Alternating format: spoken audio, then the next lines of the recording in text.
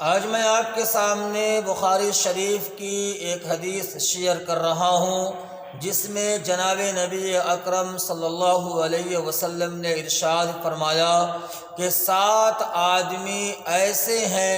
جو قیامت کے میدان میں اللہ تعالیٰ کے عرش کے سایہ میں ہوں گے۔ آخر وہ 7 خوش نصیب اشخاص کون ہیں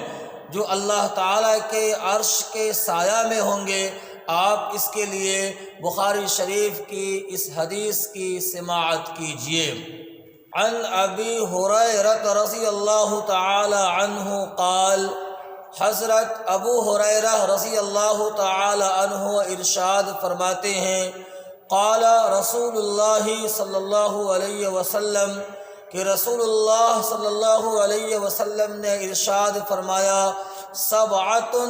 یظلہم اللہ فی ظلہ، کہ 7 آدمی وہ ہیں جو قیامت کے دن اللہ تعالیٰ کے عرش کے سایہ میں ہوں گے۔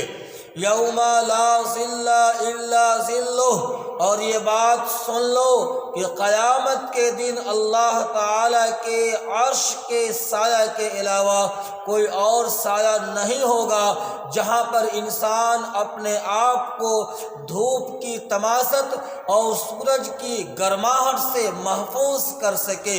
پہلا خوش نصیب آدمی جو اللہ تعالیٰ کے عرش کے سایہ میں ہوگا وہ یہ ہے امام عادل اور انصاف پرور بادشاہ۔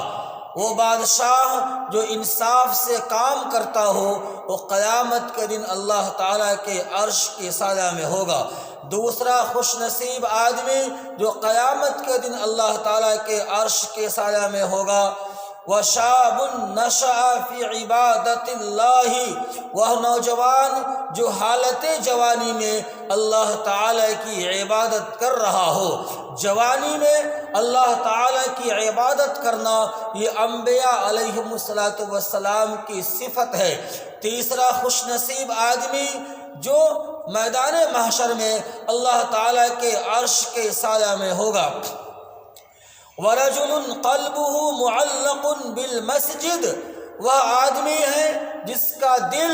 مسجد میں اٹکا ہوا ہو۔ اذا خرج، جب کسی کام سے مسجد سے باہر نکلتا ہے، حتی یعود الیہ، اس کی خواہش ہوتی ہے کہ جتنا جلد ہو سکے کام کو مکمل کر کے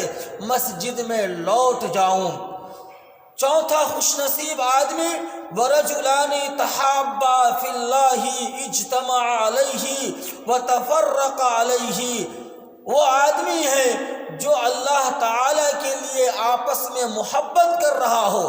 اور اگر کسی بات پہ نا اتفاقی پیدا ہو رہی ہے اور جدائی ہو رہی ہے تو وہ بھی اللہ تعالیٰ ہی کے لیے ہو۔ پانچواں خوش نصیب آدمی، وَرَجُلٌ ذَكَرَ اللَّهَ خَالِيًا، وہ ہے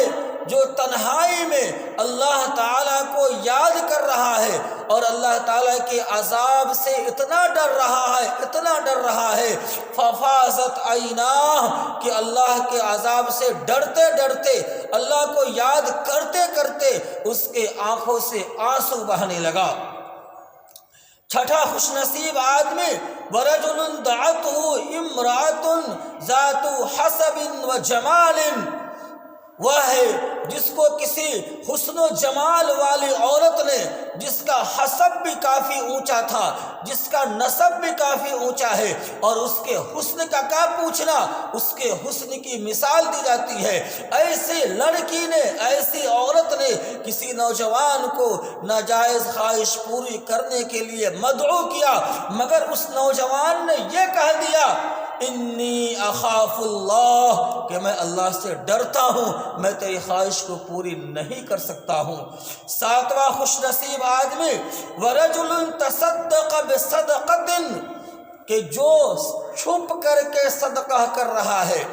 اور اتنا چھپ کر کے صدقہ کر رہا ہے کہ لوگوں کو پتہ ہونا تو دور کی بات، حتیٰ لا تعلم شمالہ ما تنفق یمینہ، کہ اس کے بائیں ہاتھ کو بھی پتہ نہیں ہے کہ اس کے داہنے ہاتھ نے کیا خرچ کیا ہے۔ تو یہ 7 اشخاص ایسے ہیں جو میدان محشر میں اللہ تعالیٰ کے عرش کے سایہ میں ہوں گے۔ اللہ تعالیٰ ہمیں بھی ان اشخاص میں شامل فرمائے اور آپ کو بھی۔